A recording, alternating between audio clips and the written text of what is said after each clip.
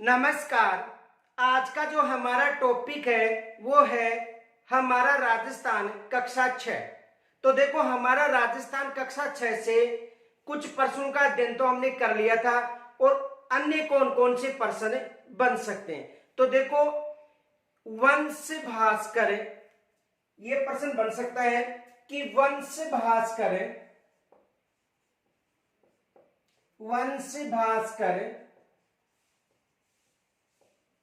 ग्रंथ के रचयिता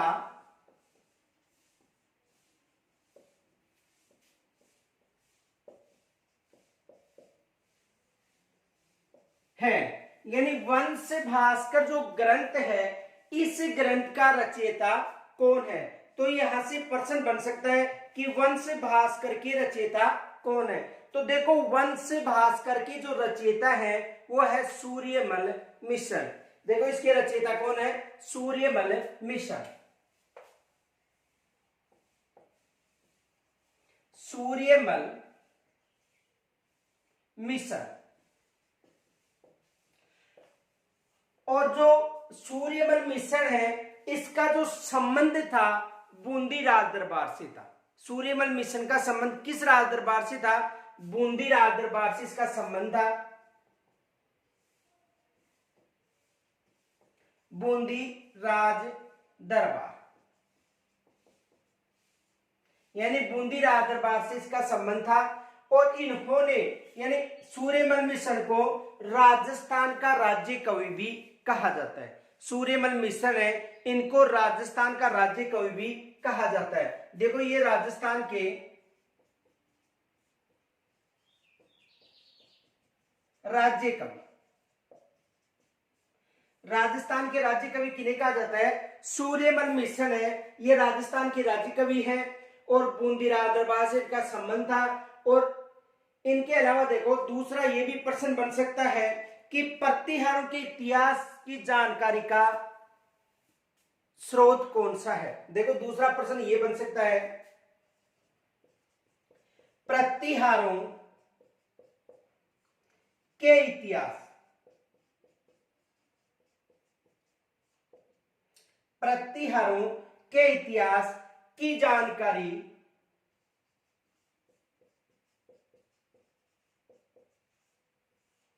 का स्रोत है। यह भी एग्जाम में प्रश्न बन सकता है कि प्रतिहारों की जो जानकारी, प्रतिहारों के इतिहास की जानकारी का स्रोत कौन सा है। तो यह भी प्रश्न बन सकता है। तो देखो, जो गठियाला अभिलेख है, कौन सा अभिलेख? गठियाला अभिलेख, वो किनके इतिहास की जानकारी का स्रोत है? प्रतिहारों की इतिहास की जानकारी का। या ये भी पूछा जा सकता है कि गठियाला जो शिलालेख है उसमें किनके इतिहास के बारे में उल्लेख मिलता है। तो गठियाला शिलालेख में प्रतिहारों के इतिहास के बारे में उल्लेख मिलता है। तो देखो,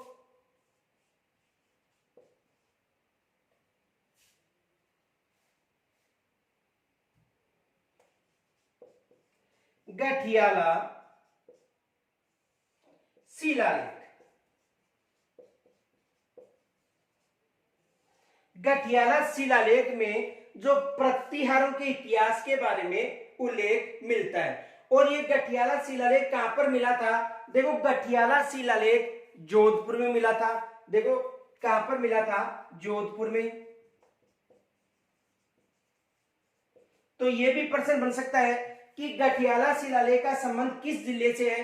जोधपुर जिले से है। और राजस्थान में यह प्रथम शिलालेख है जिससे सती प्रथा के बारे में जानकारी मिली थी। राजस्थान का प्रथम शिलालेख जिससे सती प्रथा के बारे में जानकारी मिली थी। तो देखो,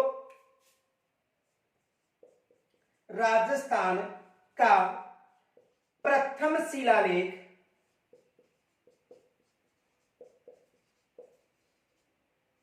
जिसमें सती प्रथा की जानकारी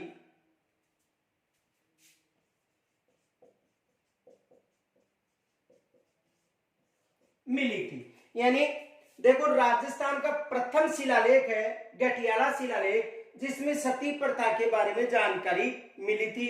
और ये अभिलेख जोधपुर में मिला था, जो 861 ईस्वी का उल्लेखित है। यानी कब का लिखा हुआ है? 861 ईस्वी का। यानी गठियाला जो शिलालेख है ये कब का है?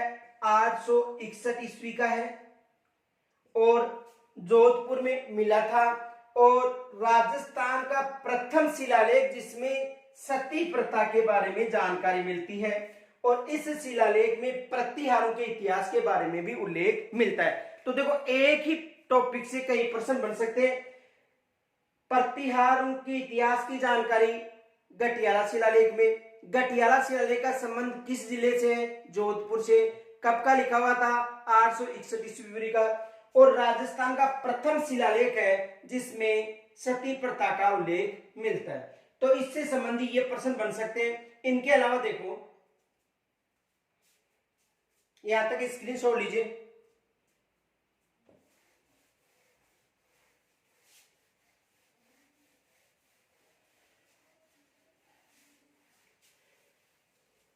देखो, इनके अलावा नगरी अभिलेख भी पूछा जा सकता है कि नगरीय अभिलेख का संबंध किस जिले से है। देखो,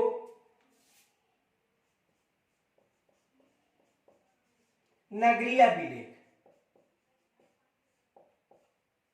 नगरीय अभिलेख का संबंध किस जिले से है? चित्तौड़गढ़ से। नगरीय अभिलेख का संबंध किस जिले से है? चित्तौड़गढ़ से है। इनके अलावा देखो, कंसुआ अभिलेख, कंसुआ अभिलेख का संबंध किस जिले से है? कोटा जिले से।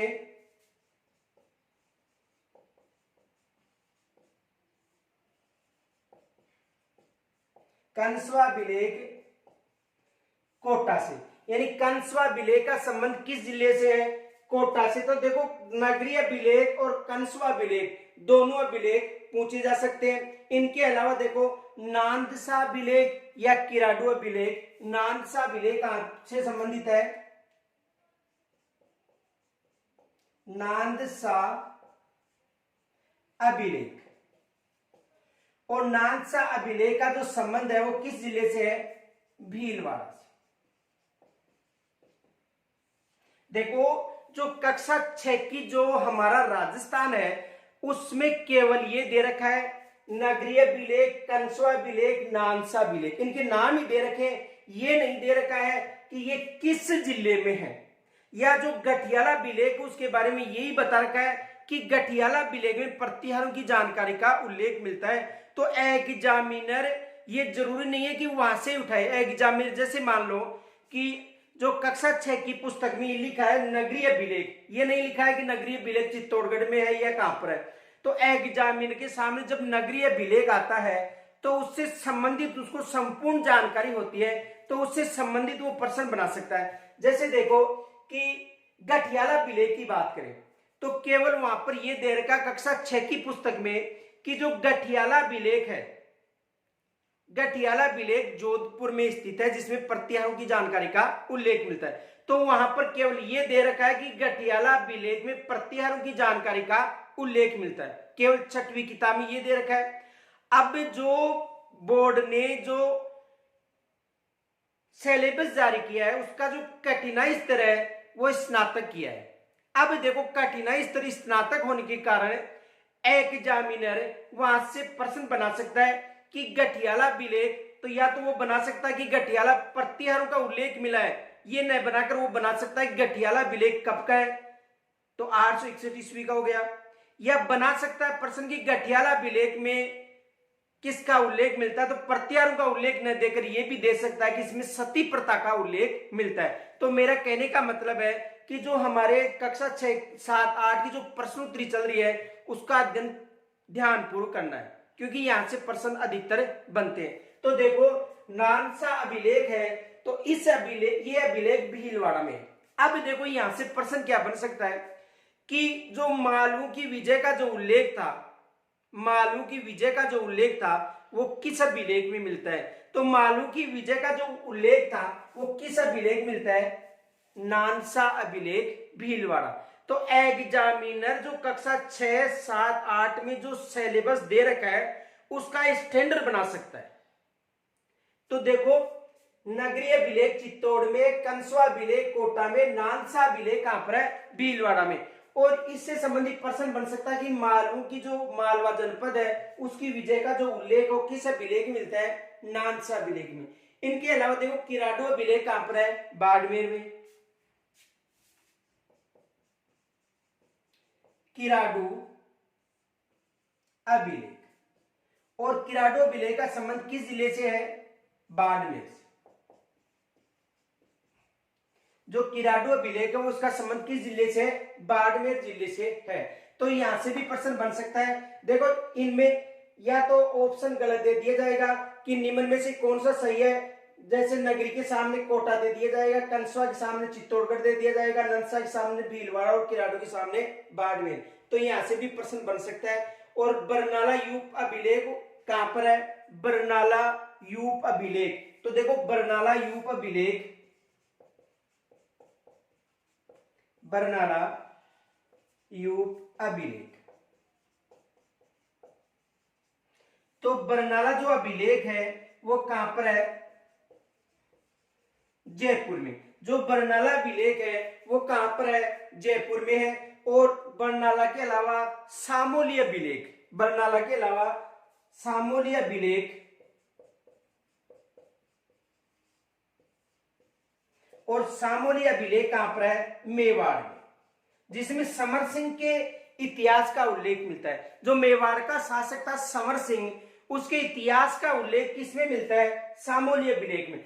तो हमारी जो कक्षा 6 की पुस्तक है उसमें केवल ये दे रखा है कि इतिहास संबंधी जानकारी के स्रोत नगरी, कस्बा, नानसा, किराडू, बरनाल और सामेल अभिलेख है। ये नहीं बता रखा है कि ये अभिलेख किन किन जिलों में है। तो एग्जामिनर यहां से 100% प्रश्न बना सकता है कि नगरीय अभिलेख कहां पर है, कंसवा अभिलेख कहां पर है। और विशेष याद रखना, देखो यहां से तो प्रश्न बन सकता है, एक तो यहां से प्रश्न बन सकता है और एक दूसरा बन सकता है यहां से।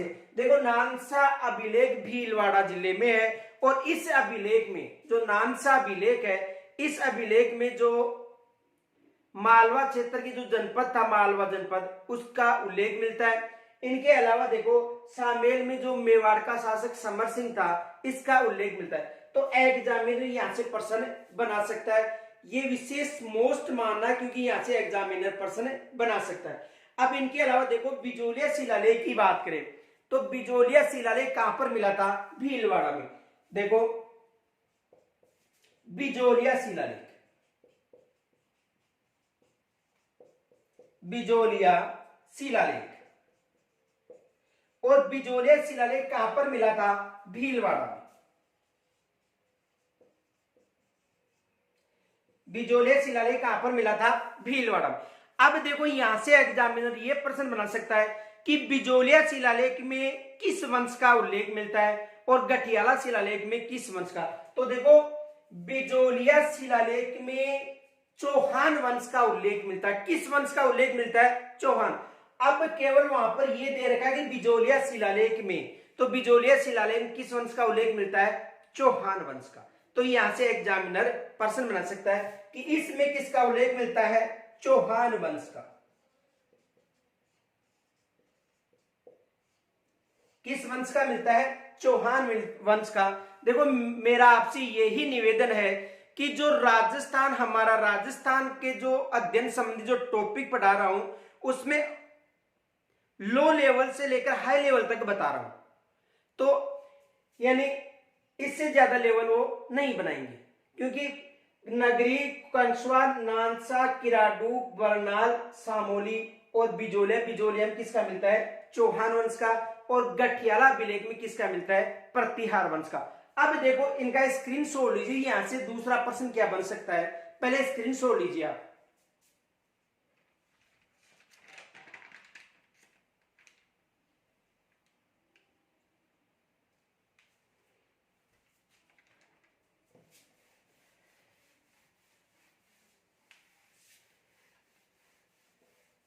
देखो यहां से ये प्रश्न बन सकता है,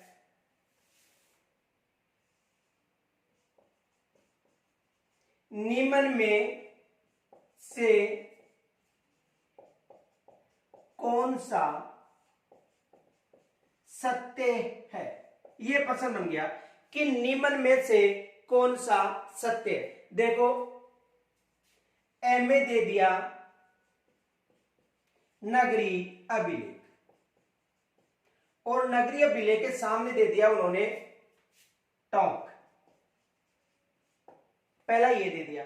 दूसरा प्रश्न दे दिया उन्होंने कंसवा अभिलेख, और कंसवा अभिलेख के सामने उन्होंने दे दिया जयपुर। कंसवा अभिलेख के सामने उन्होंने दे दिया जयपुर। छह में दे दिया उन्होंने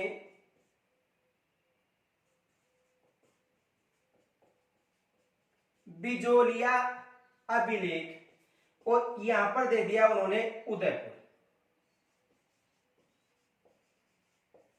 देखो नगरी के सामने उन्होंने दे दिया टोंक, कंसवा के सामने उन्होंने दे दिया जयपुर, और बिजोलिया के सामने उन्होंने दे दिया उदयपुर, और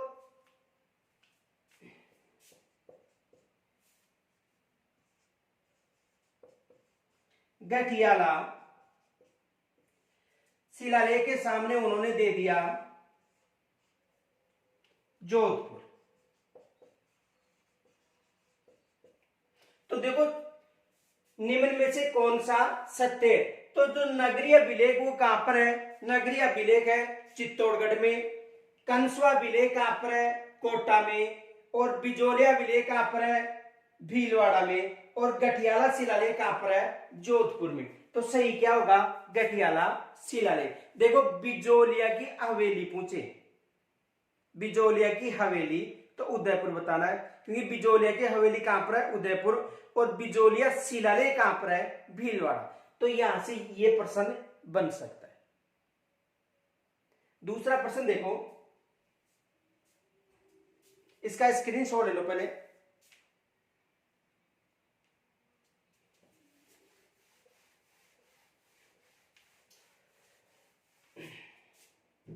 दूसरा ये प्रश्न बन सकता है उस टॉपिक से,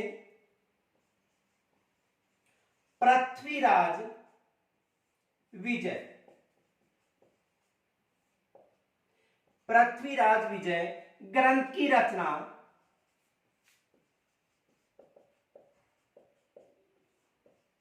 की थी। यानी पृथ्वीराज विजय है, ये ग्रंथ किसका है, पृथ्वीराज विजय ये ग्रंथ किसका है। देखो वहां पर दो ग्रंथ आते हैं, एक पृथ्वीराज विजय और दूसरा आता है पृथ्वीराज रासो। इनमें कंफ्यूज मत होना। देखो आपको ट्रिक बताता हूं, यदि पृथ्वीराज विजय है तो लास्ट में देखो ये क्या है, जय। जय का मतलब है जयानक, जय का मतलब जयानक।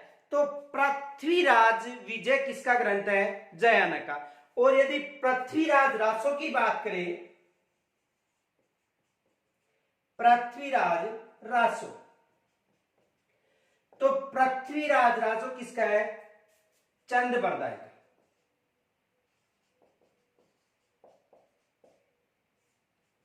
पृथ्वीराज रासो किसका है, चंद बरदाई का। और पृथ्वीराज विजय की बात करें तो पृथ्वीराज विजय किसका ग्रंथ है, चंद बरदाई का। और पृथ्वी विजय की बात करें तो विजय किसका है, जयानक का। जो पृथ्वीराज विजय और पृथ्वीराज रासो है, इनमें चौहान वंश का उल्लेख मिलता है। किस वंश का उल्लेख मिलता है, चौहान वंश का उल्लेख। किस वंश का उल्लेख मिलता है, चौहान वंश का उल्लेख मिलता है। तो पृथ्वीराज विजय ग्रंथ किसका है, जयानक का। पृथ्वीराज रासो किसका है, चंद बरदाई का। और इसमें किसका उल्लेख मिलता है, चौहान वंश का इसमें उल्लेख मिलता है। इनके अलावा देखो वीर विनोद ग्रंथ किसका है, वीर विनोद ग्रंथ। देखो वीर विनोद ग्रंथ किसका है,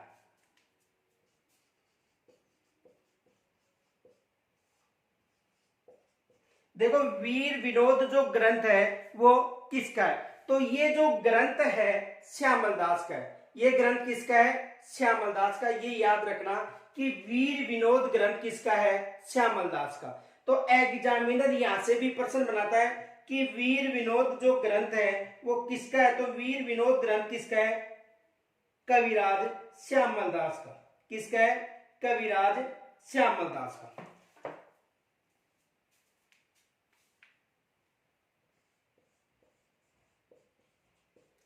कविराज श्यामल दास, यानी वीर विनोद ग्रंथ किसका है, कविराज श्यामलदास का ग्रंथ है। और इस ग्रंथ में मेवाड़ का उल्लेख मिलता है। किस क्षेत्र का उल्लेख मिलता है, मेवाड़ का उल्लेख मिलता है।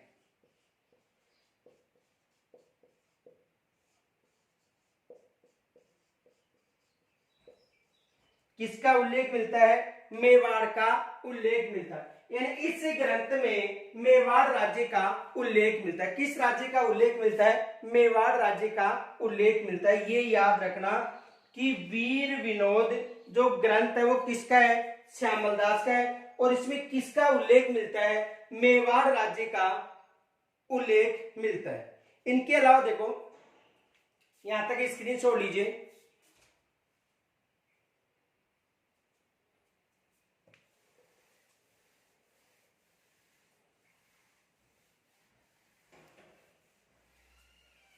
देखो दूसरा ये प्रश्न बन सकता है कि प्रशंसा में लिखे गए अभिलेख को कहा जाता है। प्रशंसा में देखो, प्रशंसा में लिखे गए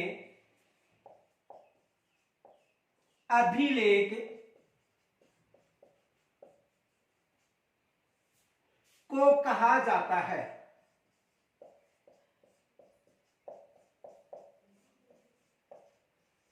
देखो प्रशंसा में लिखे गए अभिलेख को कहा जाता है। वहां पर ऑप्शन मिल सकता है आपको, प्रशंसा पत्र, ब में मिल सकता है अभिलेख, स में मिल सकता है शिलालेख और द में मिल सकता है प्रशस्ति। ये ऑप्शन दे दे कि प्रशंसा में लिखे गए अभिलेख को कहा जाता है। प्रशंसा में लिखे गए अभिलेख को कहा जाता है प्रशंसा पत्र, अभिलेख, शिलालेख या प्रशस्ति। तो देखो प्रशंसा में जो लिखे गए अभिलेख हैं उनको प्रशस्ति कहा जाता है। क्या कहा जाता है, प्रशस्ति कहा जाता है। प्रशंसा में लिखे गए अभिलेख को क्या कहा जाता है, प्रशस्ति कहा जाता है। और एशिया की सबसे बड़ी प्रशस्ति कौन सी है, राज प्रशस्ति, जो राजसमंद झील में है। देखो वहां पर आपको यह मिलेगा कि प्रशंसा में लिखे गए अभिलेख को प्रशस्ति कहा जाता है। तो जो एग्जामिनर है वो यहां से क्या प्रश्न बना सकता है कि प्रशंसा में लिखे गए जो अभिलेख हैं उन्हें क्या कहा जाता है, प्रशस्ति कहा जाता है। देखो यहां से एग्जामिनर ये प्रश्न बना सकता है, देखो राजसमंद झील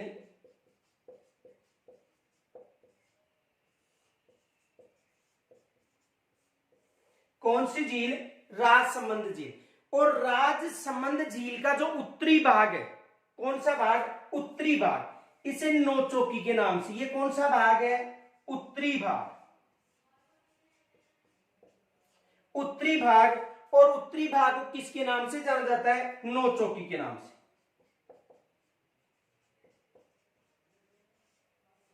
किस नाम से जाना जाता है, नौचौकी के नाम से। देखो यहां पर 25 संगमरमर के शिलालेख है। कितने शिलालेख है, देखो राजसमंद झील का उत्तरी भाग नौचौकी नाम से जाना जाता है। और यहां पर 25 संगमरमर के शिलालेख, कितने शिलालेख है, 25 संगमरमर शिलालेख है। और ये जो 25 संगमरमर के शिलालेख हैं इन पर 1917 संस्कृत के श्लोक है। कितने हैं, 1917 संस्कृत श्लोक, यानी कितने संस्कृत के श्लोक हैं?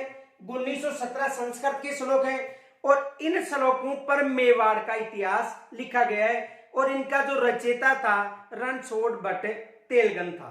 रणछोड़ भट्ट तेलगन इनका रचयिता था। और इस शिलालेख में जो मेवाड़ का शासक राज सिंह है, जो मेवाड़ का शासक कौन था? राज सिंह। उस राज सिंह का यशगान अधिक है, इसलिए इसे राज प्रशस्ति कहा जाता है। और यह है एशिया की सबसे बड़ी प्रशस्ति, ये भी याद रखना। देखो यह है एशिया की सबसे बड़ी प्रशस्ति है।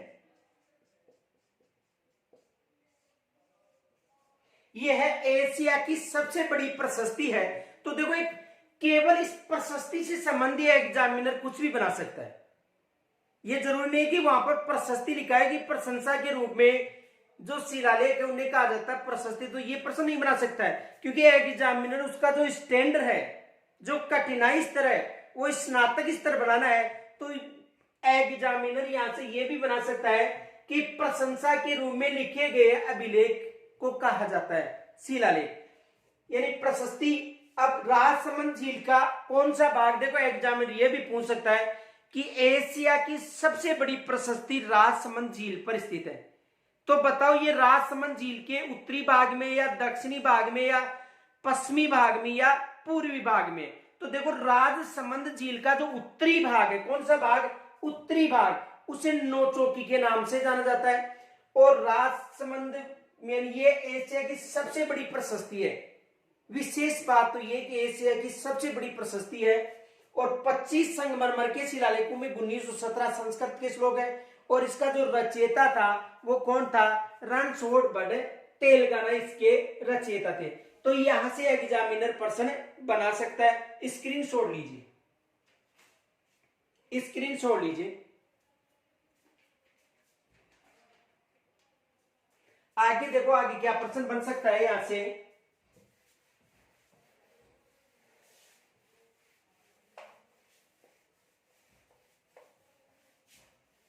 जो हमीर महाकाव्य है, हमीर महाकाव्य की रचना किन्होंने की थी? देखो ये प्रश्न बन सकता है। हमीर महाकाव्य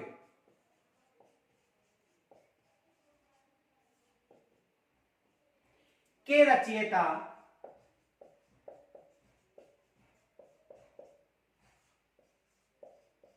हमीर महाकाव्य के रचयिता है। तो देखो यहां से ये प्रश्न बन सकता है कि हमीर महाकाव्य के रचयिता है, तो नयनचंद सूरी इस ग्रंथ के रचयिता है। यानी हमीर महाकाव्य की जो रचना थी वो किन्होंने की थी? नयनचंद सूरी ने की थी। तो यहां से भी एग्जाम में प्रश्न बन सकता है। और हमीर महाकाव्य में अलाउद्दीन खिलजी व जो रणथंभौर का शासक था हमीर, उनके मध्य का जो युद्ध का जो संघर्ष है उसका उल्लेख मिलता है। तो देखो हमीर महाकाव्य की रचना नयनचंद्र सूरी किन्होंने की थी? नयनचंद्र सूरी ने की थी। किस ग्रंथ की रचना की थी? हमीर महाकाव्य की रचना की थी। तो देखो अब देखो वहां पर यह मिलेगा आपको कक्षा 6 में कि हमीर महाकाव्य की रचना नयनचंद सूरी ने की थी। तो एग्जामिनर उससे संबंधित प्रश्न ये बना सकता है कि हमीर महाकाव्य में किस युद्ध का उल्लेख मिलता है। एग्जामिनर वहां पर प्रश्न बना सकता है कि हमीर महाकाव्य का जो उल्लेख है वो किस ग्रंथ में, सॉरी हमीर महाकाव्य में किस वंश या किसका उल्लेख मिलता है। तो देखो ध्यान से समझना, जो हमीर महाकाव्य नयनचंद सूरी का है। अब देखो रणथंभौर और रणथंभौर का जो वंश था वो था चौहान वंश। और रणथंभौर में यानी इस काव्य में यह उल्लेख है कि रणथंभौर यानी रणथंभौर में कौन सा वंश था? चौहान वंश। और इनका संस्थापक कौन था? पृथ्वीराज तृतीय का जो पुत्र था गोविंदराज, वो रणथंभौर वंश का संस्थापक था। लेकिन हम बात करें हमीरदेव की, हमीरदेव। देखो हमीर देव के समय की बात करें, यानी इस ग्रंथ की बात करें, किस ग्रंथ की, हमीर महाकाव्य ग्रंथ की बात करें, इस ग्रंथ में यह बताया गया है कि रणथंभौर का शासक कौन था, हमीर देव। अब देखो उस समय दिल्ली का शासक कौन था, दिल्ली का शासक था अलाउद्दीन खिलजी। दिल्ली का शासक कौन है, अलाउद्दीन खिलजी। देखो ध्यान से समझो कि अलाउद्दीन खिलजी का जो चाचा या ससुर जलालुद्दीन खिलजी था, वो हमीर की शक्ति को नष्ट करना चाहता था, क्योंकि हमीर का जो प्रभाव था चारों तरफ बढ़ रहा था। इसी कारण जलालुद्दीन खिलजी इसकी शक्ति को कम करना चाहता था, किसकी, हमीर की शक्ति को। तो जो दिल्ली का शासक जलालुद्दीन था, उन्होंने सबसे पहले इनका जो पास में एक दुर्ग है जाहिन दुर्ग, तो जलालुद्दीन खिलजी ने सबसे पहले जाहिन पर आक्रमण किया, और जाहिन को रणथंभौर की कुंजी भी कहा जाता है।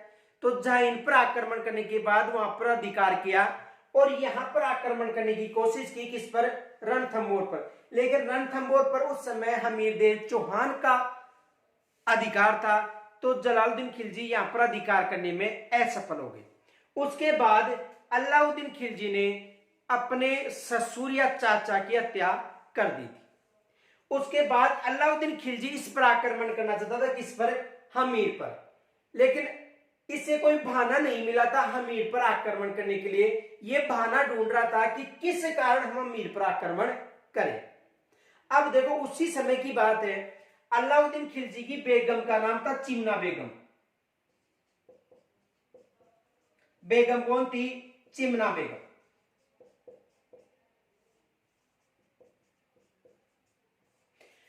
अलाउद्दीन खिलजी की बेगम का नाम क्या था, चिमना बेगम। और इसका जो सेनापति था उसका नाम था मोहम्मद शाह, मोहम्मद शाह। और एक सेनापति था जिसका नाम था केब्रू।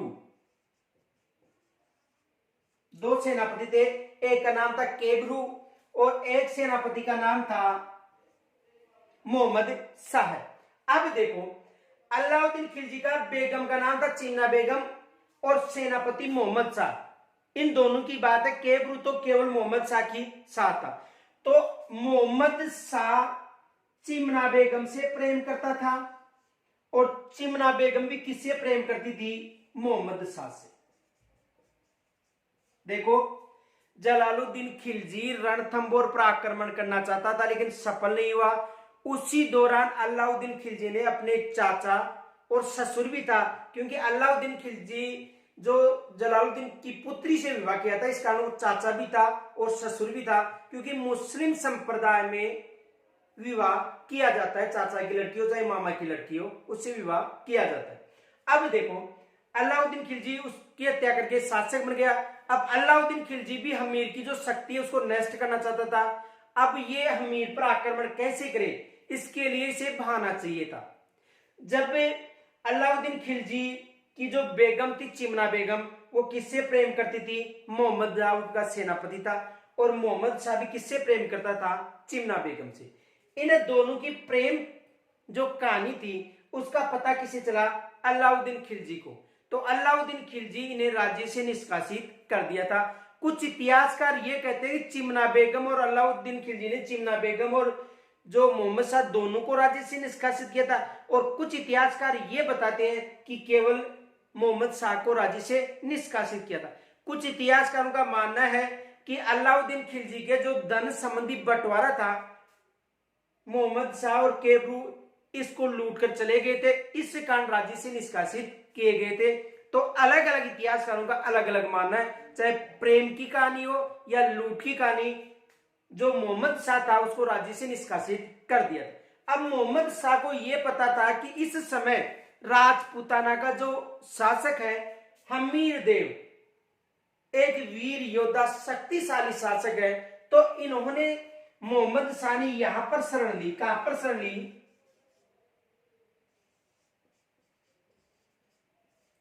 हमीर देव से शरण ली।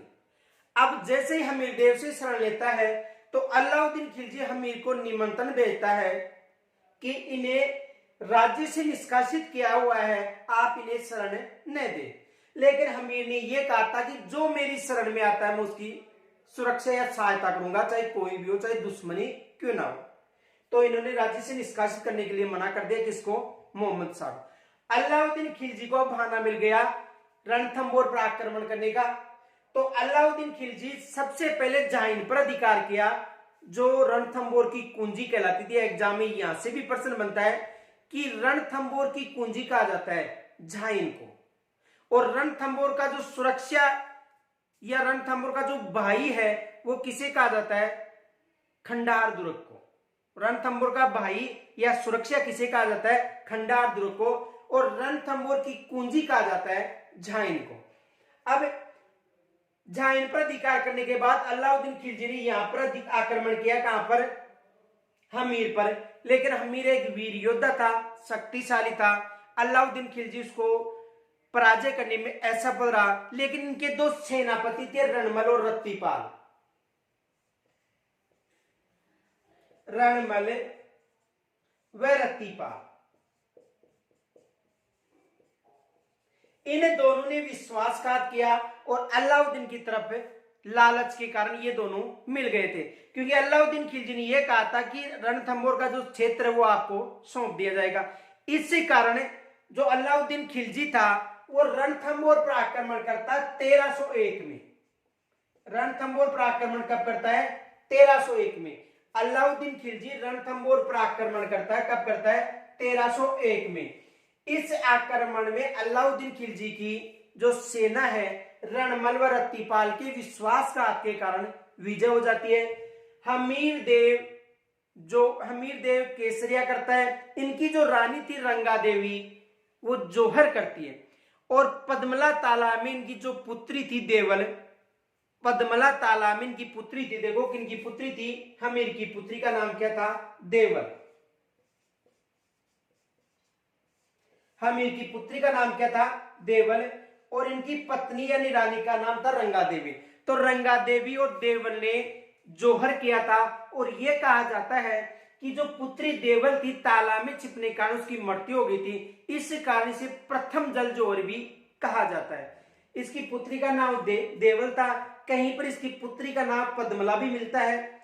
अलग अलग इतिहासकार में अलग अलग है। कुछ इतिहासकार देवल बताते हैं, कुछ इतिहासकार इसका नाम पद्मला बताते हैं। तो देखो इसकी पुत्री तालाब में छिपने के कारण यानी ये कहा जाता है कि हमीर की जो पुत्री देवल थी पद्मला नामक तालाब में छिपने के कारण सीढ़ी से गिरने से उसकी मृत्यु होगी। इस कारण इतिहासकारों से पद्मला का नाम दिया था। और प्रथम जल जोहर कहा था। यह राजस्थान में अलाउद्दीन खिलजी के समय प्रथम शाखा हुआ था, रणथंबोर में हुआ था। तो रणथंबोर का प्रथम शाखा हुआ था। और उस समय शासक कौन था? हमीर। अलाउद्दीन खिलजी विजय प्राप्त होने के बाद में रणथंबोर पर अधिकार करके इनकी हत्या कर दी थी। किनकी? रणमल और रत्तीपाल की। और यह कहा था कि जो अपने शासक के या अपने जो साम्राज्य का जो संस्थापक शासक है उनका जो सेनापति नहीं हो सकता है तो हमारे क्या होंगे। इस कारण रणमल व रत्तीपाल की हत्या कर दी थी। तो इस युद्ध का उल्लेख, ये जो संपूर्ण घटना है इसका जो उल्लेख है नयनचंद सूरी ने हमीर महाकाव्य में किया था। इस संपूर्ण घटना का उल्लेख नयनचंद सूरी ने हमीर महाकाव्य में किया था। अब देखो केवल कक्षा 6 में तो यही उल्लेख मिलता है कि हमीर महाकाव्य किसके द्वारा लिखा गया था? नयनचंद सूरी के द्वारा। अब एग्जामिनर यहां से यह प्रश्न बना सकता है कि अलाउद्दीन खिलजी व हमीरदेव चौहान के मध्य जो युद्ध हुआ था उस युद्ध का जो उल्लेख है किस ग्रंथ में मिलता है? तो किस ग्रंथ में मिलता है? हमीर महाकाव्य में। यहां तक स्क्रीन छोड़ लीजिए।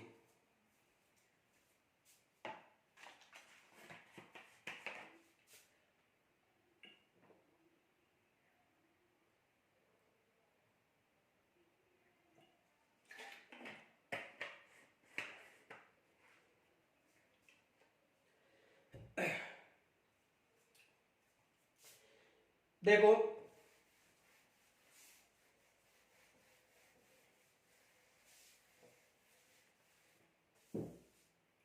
इसमें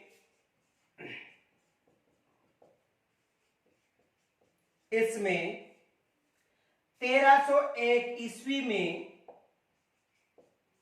हुए इसमें 1321 में रणथंभौर के युद्ध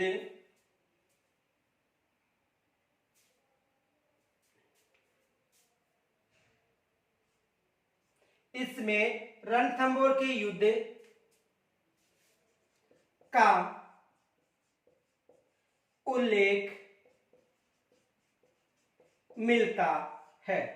और 1301 में जो रणथंभौर का युद्ध हुआ था अलाउद्दीन खिलजी और किसके मध्य हुआ था, हमीरदेव चौहान के मध्य हुआ था। तो इस युद्ध का उल्लेख मिलता है किसमें, हमीर महाकाव्य की जो रचना है नयनचंद सूरी में। आगे देखो अगला प्रश्न बन सकता है, मारवाड़ राज्य के इतिहास का उल्लेख किसमें मिलता है, या मारवाड़ राज्य का जो इतिहास है लिखा हुआ है इसका उल्लेख किसमें मिलता है।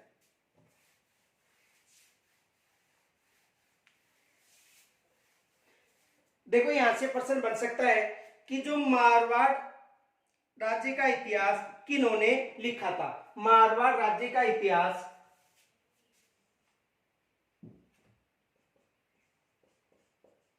मारवाड़ राज्य का इतिहास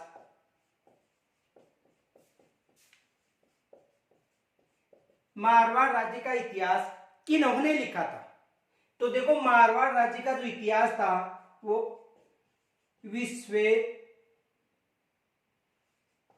विश्वेश्वरनाथ रेव किन्होंने लिखा था, विश्वेश्वरनाथ रेव ने किसका इतिहास लिखा था, मारवाड़ राज्य का इतिहास लिखा था। तो विश्वेश्वरनाथ रेव ने कौन सा इतिहास लिखा था, मारवाड़ राज्य का इतिहास लिखा था। और एग्जाम में यहां से प्रश्न बनने की संभावना है, एग्जामिनर प्रश्न बना सकता है कि मारवाड़ राज्य का इतिहास किन्होंने लिखा था। तो जो मारवाड़ राज्य का जो इतिहास था वो किन्होंने लिखा था, विश्वेंद्रनाथ रेव ने। इनके अलावा दूसरा प्रश्न ये बन सकता है, annals end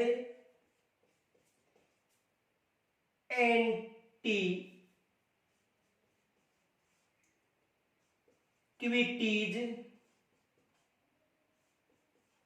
of Rajasthan. Annals and antiquities of Rajasthan जो ग्रंथ है ये किसका लिखा हुआ है। तो एनाल्स एंड एंटीक्विटीज जो ग्रंथ है वो कर्नल जेम्स टोड का लिखा हुआ है। इनके अलावा पश्चिमी भारत की यात्रा दूसरा ग्रंथ ये भी इनका ही था, पश्चिमी भारत की यात्रा, पश्चिमी भारत की यात्रा। देखो annals and antiquities of Rajasthan 1829 ईस्वी में लिखा गया था। इसका दूसरा पार्ट 1834 में प्रकाशित हुआ था। यानी annals and antiquities of Rajasthan दो पार्ट है, पहला पार्ट 1829 में, दूसरा 1834 में। इनके अलावा पश्चिमी भारत की यात्रा, ये जो दोनों ग्रंथ हैं ये किन्होंने लिखे थे, कर्नल जेम्स टोड ने। किन्होंने लिखे थे, कर्नल जेम्स टोड ने ये दोनों ग्रंथ लिखे थे। कौन कौन से, annals and antiquities of Rajasthan दो पार्टों में 1829 व 1834। और दूसरा किन्होंने लिखा था, दूसरा कौन सा है, पश्चिमी भारत की यात्रा जो कर्नल जेम्स टोड ने लिखी थी। तो यहां से एग्जाम में प्रश्न बन सकता है दोनों से। यहां तक स्क्रीनशॉट लीजिए।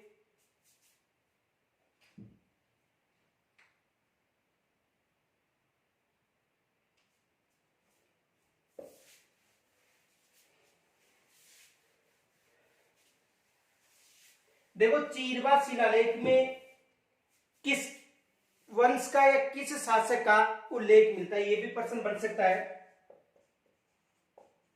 चीरवा शिलालेख में किस शासक का उल्लेख मिलता है। यानी चीरवा शिलालेख में किस शासक का उल्लेख मिलता है, ये प्रश्न बन सकता है। तो मेवाड़ का शासक जो समर सिंह था उसका जो उल्लेख है किस शिलालेख में मिलता है, मेवाड़ का समर सिंह। मेवाड़ के समर सिंह का जो उल्लेख है वो किस शिलालेख में मिलता है, चीरवा शिलालेख में मिलता है। ये विशेष मोस्ट मानना। दूसरा प्रश्न ये मिल सकता है, राज्य व शासक की शक्ति का सूचक है, राज्य व शासक की शक्ति का सूचक है। तो राज्य व शक्ति यानी राज्य व शासक की शक्ति का जो सूचक था वो सिक्कों को माना जाता था। किन्हें माना जाता था, सिक्कों को। सिक्के का मतलब मुद्राएं, सिक्के का मतलब मुद्राएं। तो राज्य व शासन की शक्ति का जो सूचक था वो किन्हें माना जाता था, सिक्कों को माना जाता था। तो यहां से भी ये प्रश्न बन सकता है, स्क्रीनशॉट लीजिए।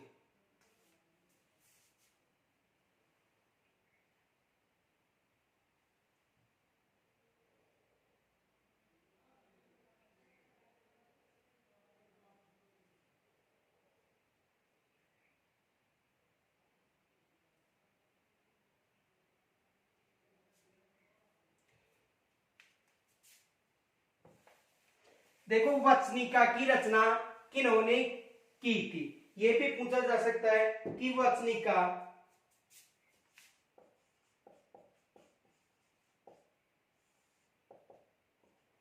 की रचना। तो वचनिका की रचना खड़िया जग्गा ने की थी, खड़िया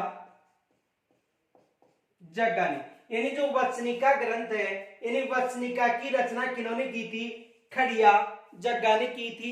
एग्जाम से यहां से भी प्रश्न बन सकता है। इनके अलावा देखो कानड़ देव प्रबंध की रचना पद्मनाभ ने की थी, कानड़ देव प्रबंध की रचना किन्होंने की थी, पद्मनाभ ने की थी। अचलदास खिचीरी वचनिका की रचना किन्होंने की थी, अचलदास ने।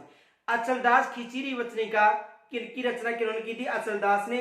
और वचनिका की रचना किन्होंने की थी, खड़िया जग्गा ने की थी। और पृथ्वीराज रासो या पृथ्वीराज विजय की जो रचना है, तो पृथ्वीराज रासो की चंद बरदाई ने, और पृथ्वीराज विजय की पृथ्वीराज विजय की जयानक ने। और पृथ्वीराज रासो की रचना किन्होंने की थी, पृथ्वीराज रासो चंद बरदाई और पृथ्वीराज विजय जयानक। पृथ्वीराज विजय जयानक, पृथ्वीराज रासो चंदबरदाई, वचनिका खड़िया जग्गा ने। अचलदास खिचीरी वचनिका की जो रचना थी अचलदास ने की थी। और कानड़ देव प्रबंधन की रचना पद्मनाभ ने की थी। कानड़ देव प्रबंधन की रचना किन्होंने की थी, पद्मनाभ ने। तो यहां से एग्जाम में प्रश्न बन सकते हैं। आगे देखो, इसके अलावा ये भी प्रश्न बन सकता है, जो कक्षा 6 में जो सभ्यता संबंधी जो टॉपिक है उसमें देखो एक तो ये प्रश्न बन सकता है कि गणेश्वर सभ्यता किस नदी के तट पर विकसित हुई है। तो देखो सभ्यता जो टॉपिक है, यानी उस टॉपिक से संबंधित जो जैसे गणेश्वर सभ्यता हो गई तो वहां पर तो केवल नॉर्मल मिलेगा, लेकिन जो एग्जामिनर है उसे स्टैंडर्ड बना सकता है। तो देखो प्रश्न आ सकता है गणेश्वर सभ्यता, गणेश्वर सभ्यता किस स्थान पर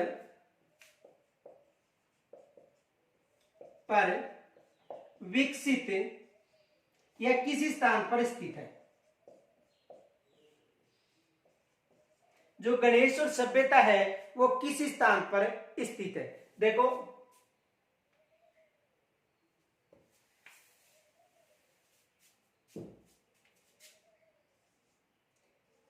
गणेश्वर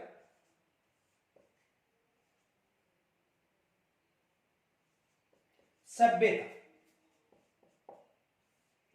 किस स्थान पर विकसित हुई है।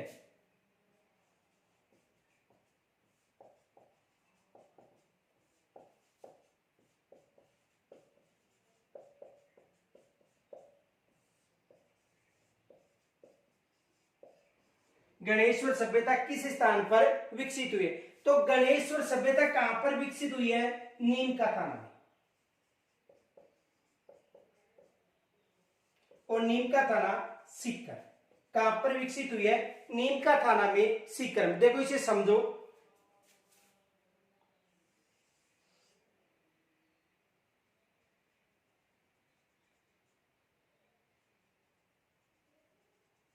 इस नदी यानी कांतली नदी के तट पर विकसित हुई है। किस नदी के तट पर विकसित हुए? कांतली नदी के तट पर विकसित हुए। और कांतली नदी का उद्गम होता है खंडेला की पहाड़ी से।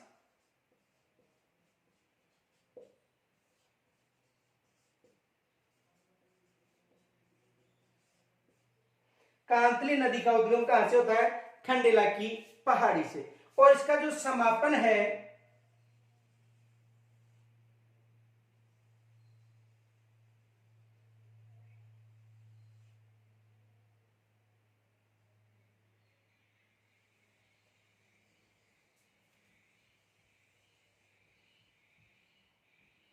देखो,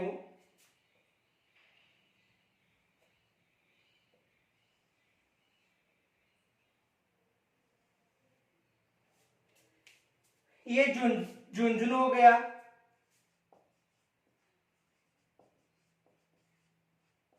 ये सीकर हो गया, और ये हो गया चूरू। तो देखो, झुंझुनू व चूरू की सीमा पर इस नदी का समापन होता है।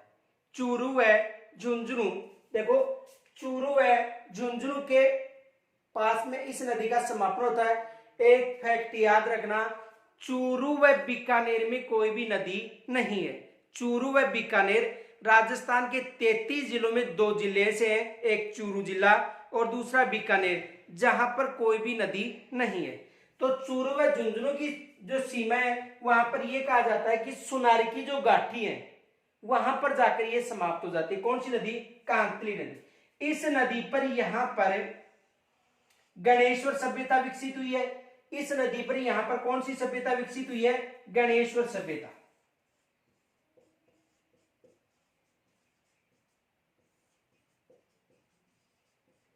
तो गणेश्वर सभ्यता किस नदी के तट पर है? कांतली नदी के तट पर विकसित हुई है। और इस सभ्यता को भारतीय ताम्र सभ्यता की जननी कहा जाता है। इसे भारतीय ताम्र सभ्यता की जननी,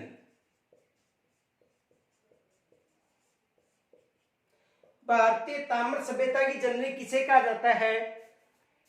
गणेश्वर सभ्यता को कहा जाता है।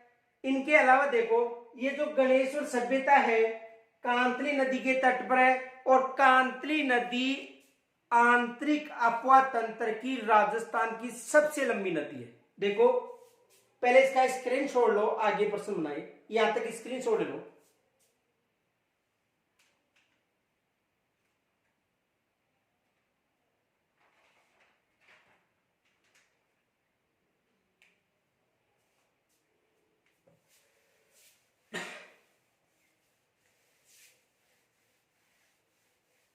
देखो, यदि फैक्ट याद रखना, नोट, कांतली नदी आंतरिक अपवा तंत्र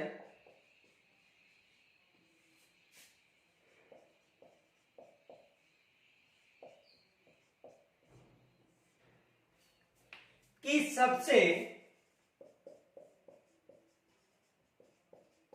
लंबी नदी है।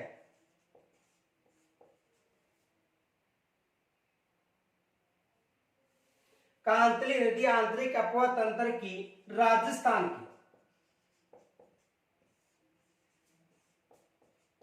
सबसे लंबी नदी है। यानी कांतली नदी आंतरिक अपवा तंत्र की राजस्थान की सबसे लंबी नदी है। और आंतरिक अपवा तंत्र की पूछे तो केवल घग्गर बताना, उसमें राजस्थान शब्द का उल्लेख न हो। तो देखो, आंतरिक अपवाह तंत्र की सबसे लंबी नदी, सबसे लंबी नदी घग्गर नदी है।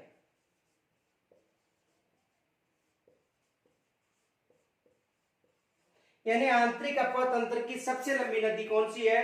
घग्गर। और यदि राजस्थान की बात करें तो राजस्थान की सबसे लंबी नदी कौन सी है? कांतली नदी।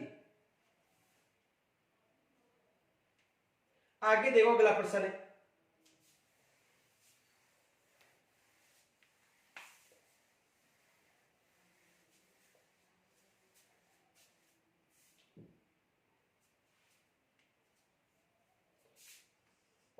किस सभ्यता से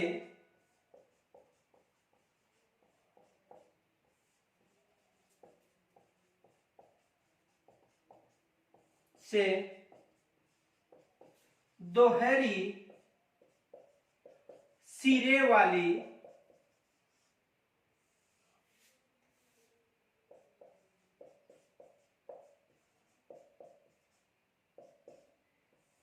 ताम्र पिन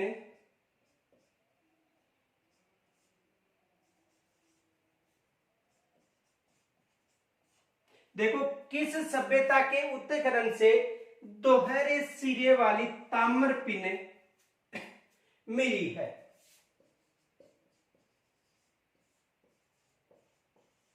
यानी किस सभ्यता के उत्खनन से दोहरे सिरे वाली ताम्र पिन, दोहरे सिरे वाली ताम्र पिन मिली है? तो देखो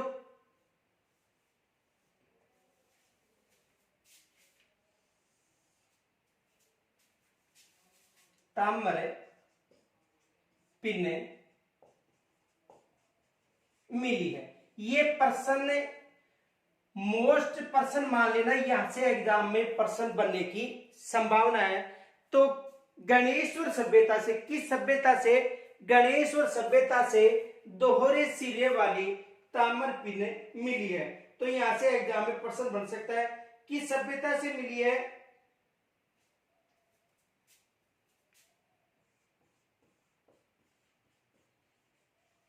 गणेश्वर सभ्यता से। किस सभ्यता से मिली है? गणेश्वर सभ्यता से मिली है।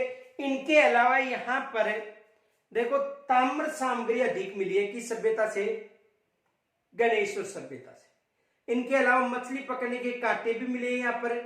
यह भी आ सकता है कि मछली पकड़ने के कांटे कहां पर मिले हैं?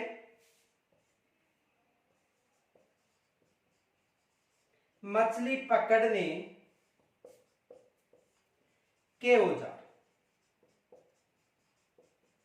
मछली पकड़ने के औजार कहां से मिले? गणेश्वर सभ्यता से मछली पकड़ने के औजार भी मिले। तो ये भी प्रश्न पूछा जा सकता है कि मछली पकड़ने के औजार कहां पर मिले?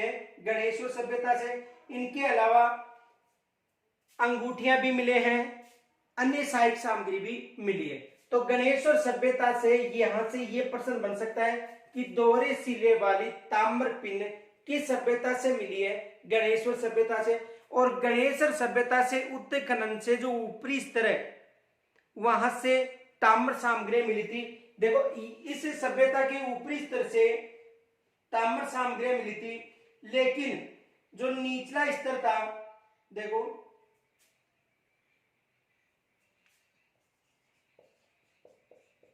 नोट, यहां पर उत्खनन से ताम्र सामग्री अधिक मिली थी,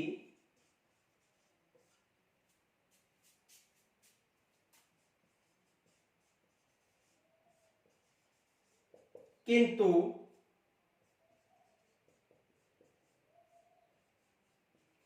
ऊपरी स्तर पर उत्खनन से लोहा सामग्री या औजार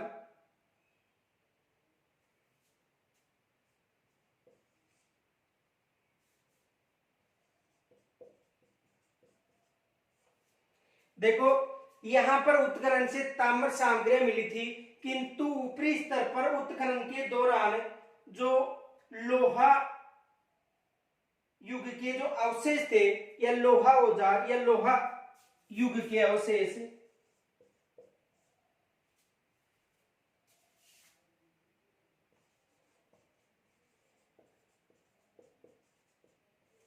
मिले थे। देखो वैसे तो ये ताम्रकालीन सभ्यता बताई जाती है। कौन सी सभ्यता बताई जाती है? ताम्रकालीन सभ्यता, क्योंकि ताम्र युग से संबंधित सभ्यता थी। यहाँ पर अधिकतर सामग्री तांबे की मिली है। लेकिन देखो ये केवल ये तो विशेष मोस्ट माना कि दोहरी सिरा वाली ताम्र पिंड कहां पर मिली है? गणेश सभ्यता से मछली पकड़ने के कांटे मिले, और यहाँ पर उत्खनन से ताम्र सामग्री अधिक मिली, किंतु ऊपरी स्तर से उत्खनन से लोहा युग के अवशेष मिले थे। और ये जो संस्कृति थी पूर्वी राजस्थान व गंगा घाटी के क्षेत्र के मध्य विकसित हुई थी। यानी पूर्वी राजस्थान व गंगा घाटी के क्षेत्र के मध्य कौन सी विकसित हुई थी? गणेश्वर। तो यहां तक स्क्रीनशॉट लीजिए।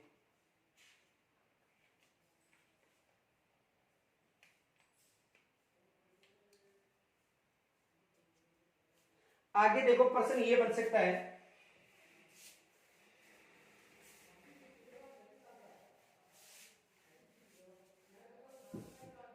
देखो क्वेश्चन ये भी बन सकता है, ताम्र युगीन सभ्यता का प्रमुख स्थल, ताम्र युगीन सभ्यता का प्रमुख स्थल कौन सा है?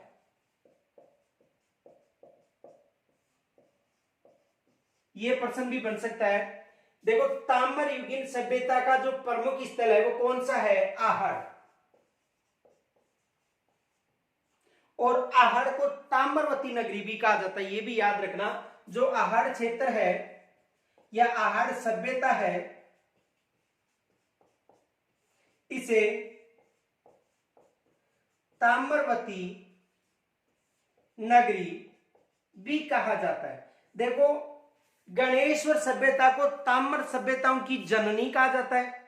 ताम्र सभ्यताओं की जननी किसे कहा जाता है? गणेश्वर सभ्यता को।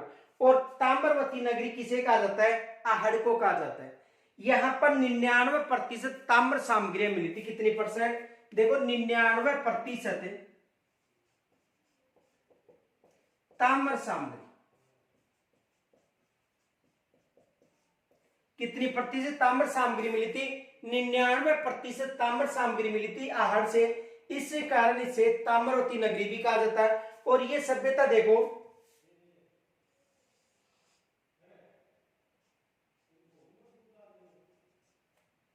इधर देखो, यानी कहने का मतलब है कि उदयपुर में एक नदी है आयड़ नदी। आयड़ नदी, आयड़ नदी अपना जल कहां पर डालती है? उदय सागर झील में। उदय सागर झील।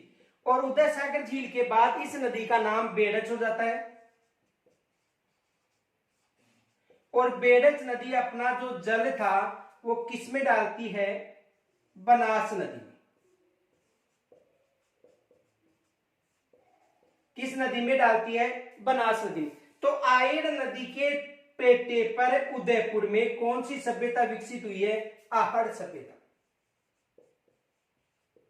आहड़ सभ्यता किस नदी के तट पर? आयड़ नदी के तट पर। और कहां पर विकसित हुई है? उदयपुर में। इसे आहड़ संस्कृति के नाम से भी जाना जाता है।